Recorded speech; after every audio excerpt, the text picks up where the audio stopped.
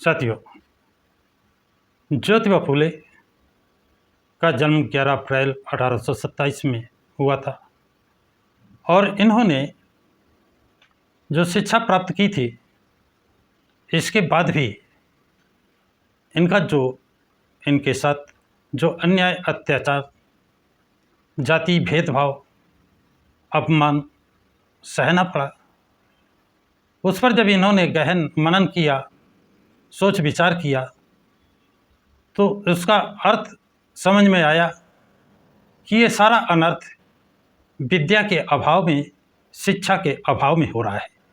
इसलिए इन्होंने सर्वप्रथम अपनी पत्नी सावित्रीबाई फूले को शिक्षित किया।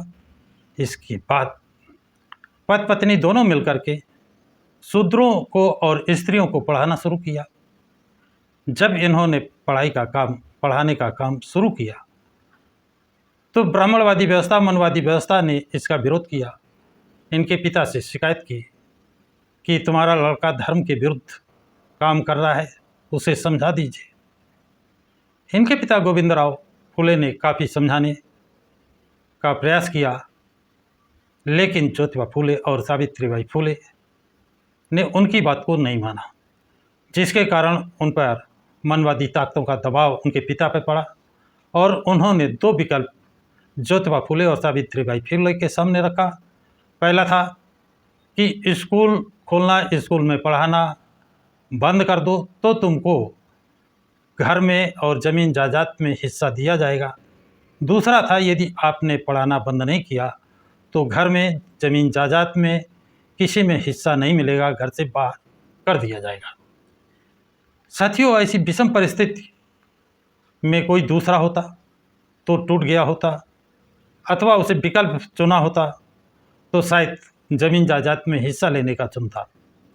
लेकिन ज्योतिबा फूले और उनकी पत्नी सावित्रीबाई फूले ने विकल्प दूसरा वाला चुना कि हम शूद्रों को शिक्षित करने के लिए, महिलाओं को शिक्षित करने के लिए घर भी छोड़ते हैं, संपत्ति भी छोड़ते हैं, जायदाद भी छोड़ते हैं, अपनी हिस्सेदारी छोड़ते, घर, मकान, हिस्सेदारी सब छोड़कर वो निकल गए। और उनको फातिमा शेख ने रहने और स्कूल खोलने की जगह दी।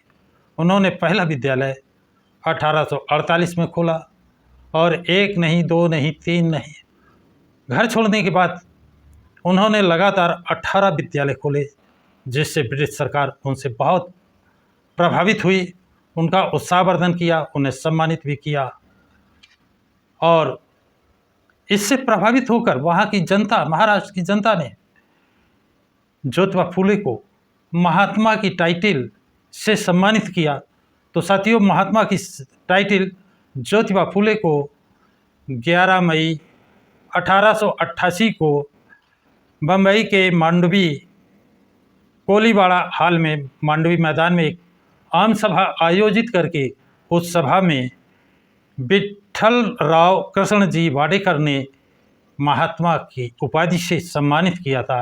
ये उस समय की बहुत बड़ी उपाधि मानी जाती थी। विद्या का इन्होंने जो महत्व दिया है, इनकी चंद लाइनों से आप समझ सकते हैं।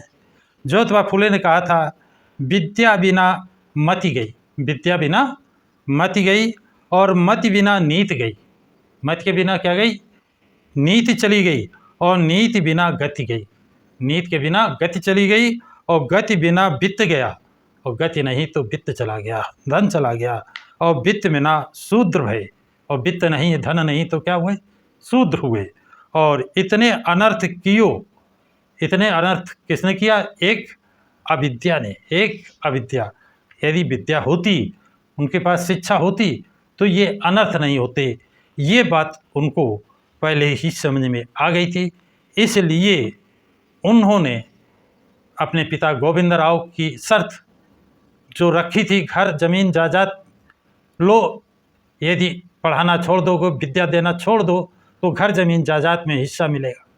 लेकिन उन्होंने कहा, मेरे पास एक ऐसी विद्या है, ऐसा धन है, जिसे मैं शूद्रों को दूंगा, स्त्रियों को दूंगा।